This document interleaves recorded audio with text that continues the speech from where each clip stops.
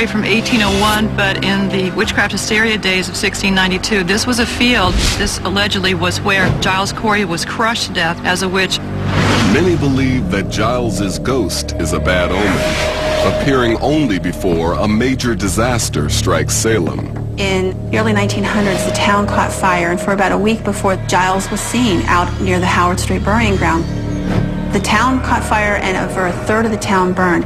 Interestingly enough, the fire stopped at the foot of Gallows Hill, where Corey's wife was hung, along with everybody else. The spot where the victims were hung is still a subject of debate. But through extensive research, paranormal investigator Molly Stewart believes she's pinpointed the exact location. This is the closest we can come to where the hangings took place. Now, of course, the hanging tree is not here. It would have been behind me. When they cut the victims down from the ropes, they rolled and tumbled to the bottom of the ravine, and that was their final resting place. Some reports suggest that the victims' spirits still linger at Gallows Hill. The fact that all those people, were killed in innocent blood, that's going to create a hardcore nest of ghosts. One fateful night, Molly walked right into that nest, coming face to face with a chilling spirit. It was under a full moon. It was kind of late at night. That's when I like to go, when no one else is around. And I heard voices at the very top of the hill. I thought, because it's a full moon, maybe these are some local witches doing some kind of ritual. But as I was coming up the hill and taking pictures, there was complete silence by the time I actually got to the top of the hill. And I'm looking around, and I see a tall, hooded, robed figure off to my left, at least 6 feet tall or higher. And this figure didn't move, didn't speak to me, just stood there. And I said, hello, thought he was being rude. And I came closer, and the figure just vanished right in front of me. So I immediately took a picture. And there's 3 orbs bursting out of the spot where the figure was just the second before. My hair stood straight up, I got a bad vibe, and I left. Did Molly confront one of Salem's unsettled spirits?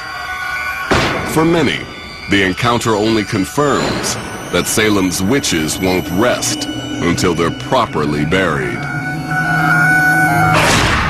Coming up, a famous writer's hidden family legacy. He was not born Nathaniel Hawthorne. He was born Nathaniel Hathorne, without the W. And later, a signed confession's startling revelation. It's basically a confession of forgiveness, in which she says she was used as an instrument by the devil to accuse people that were innocent. With their dying breath, many of Salem's persecuted leveled deadly threats, promising paranormal justice to their perpetrators. But perhaps no curse was more potent than that of local beggar woman Sarah Good. She smokes a pipe, and she doesn't go to church, and she's poor. Sarah Good was far from the Puritan ideal of a woman. So when she was accused, everyone believed she was guilty. I do suffer, for there be some amongst us who send out evil spirits against me and others. I call out Sarah Good.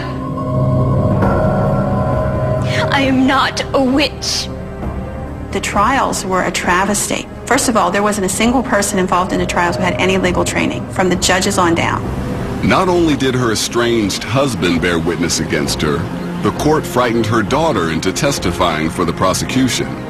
What's more, she was forced to appear in front of the notorious hanging judge, John Hathorne. John Hathorne was a very enthusiastic witch hunter.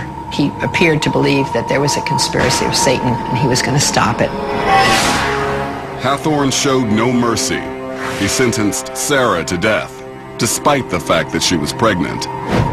For 7 months, Sarah languished in squalid jail conditions, waiting to give birth. There were no bedding. It was literally a dungeons, cold, damp, dank. In those conditions, the newborn died within days. She had no food to eat. She had very little clean water. There was no way to tend this baby, and they didn't even remove the baby from the jail. It was possibly the spawn of Satan, so we wouldn't want to do that. Sarah's other child, Dorcas, didn't fare much better. Soon after her mother's sentence, Dorcas became the youngest person to be accused of witchcraft in Salem. The witch trials went so far, it just defied logic. They arrested a 5-year-old little girl and put her in the dungeons with everybody else. What could she possibly know? But the girls claimed that her mother, Sarah, taught her how to be a witch. With Sarah's life destroyed, her children gone, she showed no signs of remorse on the gallows. But before she died, she let the world know her wrath. Reverend Noyes asked her on the gallows one last time if she would confess to being a witch. And she said, "I am no more a witch than you are a wizard. If I am executed, God will give you blood to drink. God will give you blood to drink." They paraphrase a passage in Revelations about people who persecute the innocent. After Sarah's execution, many forgot about the curse. But 25 years later, Sarah got her bloody revenge on Reverend Noyes. he probably had an aneurysm. It burst and just flooded the throat and lungs with blood. And yeah, you choke to death on your own blood. So God will give you blood to drink? He did. Over a century later, the curse would torment one of the most famous descendants of the Salem witch trials, 19th century author Nathaniel Hawthorne, notorious for his dark, Gothic stories about the underbelly of Puritan beliefs. Nathaniel Hawthorne was especially interested in Sarah Good's curse, God will give you blood to drink. Born in Salem, Hawthorne's family ties to the witch hysteria and the Sarah Good curse ran deep.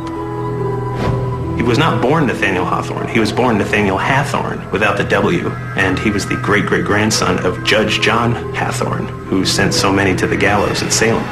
The same Judge Hathorne who sentenced Sarah Good to death. Nathaniel Hawthorne was mortified by his association with the hanging judge, ultimately transforming his horror into a novel that exposed the hypocrisy and injustice of the witch trials. Hawthorne's novel, The House of the Seven Gables, was a chilling reworking of Sarah Good's curse. I think that Nathaniel Hawthorne in some way was trying to expiate the curse that he felt had fallen on his own family.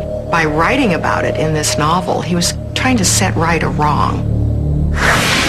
The setting of the novel itself was inspired by a discovery the author made in the Hawthorne family home. In the 19th century, the house's original structure was hidden by major renovations. It looked very different. There were only 3 gables. There were Italianate decorations on it and some Gothic trim. It was on a visit to the attic that Hawthorne made an intriguing observation. Supposedly, Nathaniel Hawthorne had come to visit and gone up to the attic and seen these scars of where the original 7 gables were, and mentioned that, well, the House of 7 Gables, that sounds well. The house's mysterious aura provided a perfect setting for a 19th century horror novel. Many people who visit the House of Seven Gables feel a general sense of foreboding. They can't quite put their finger on it, what's there and why, but they walk in and they feel an oppressive atmosphere or an icy feel to the house. More than 100,000 visitors cross the house's threshold each year, and many report strange encounters. One witness was up on the highest floor and saw a chair rocking by itself. It was behind the rope, you couldn't get to it. I spoke with former tour guides there who said, you know, yes, we have seen and heard things around the house, but we're really not supposed to talk about it. Could the House of the Seven Gables be truly cursed, even generations later? And what other unspoken secrets still lurk in the heart of Salem? Coming up, could voodoo be the key to witchcraft hysteria? If anyone brought a witch into the Salem mix, it was Reverend Samuel Parris with his slave, Tituba. And later, the missing remains of one of Salem's most unlikely victims. It was illegal to bring home the body of a condemned witch. Our best guess is that Rebecca's son and her husband went back by nightfall. By autumn of 1692, Salem had descended into chaos. Growing doubts over the conviction of some of Salem's most upstanding citizens inspired a petition to the governor to stop the witch trials. By the end of the year, the use of spectral evidence had been outlawed. The brutal executions had come to an end. But the horror of the trials still echoed through Salem. Almost immediately, when the hysteria subsided, there were many people who felt guilty, remorseful, and regretful. Since then, experts have tried to pinpoint exactly what triggered the hysteria. Many believe it was a widespread fear of anyone who didn't fit the Puritan mold. The definition of a witch is a real moving target. The most simplest one I can think of is a witch is anyone outside the mainstream who practices a non-mainstream belief system. The most obvious outsider was Tituba. If anyone brought a witch into the Salem mix, it was Reverend Samuel Parris with his slave, Tituba. Sometimes called the Black Witch of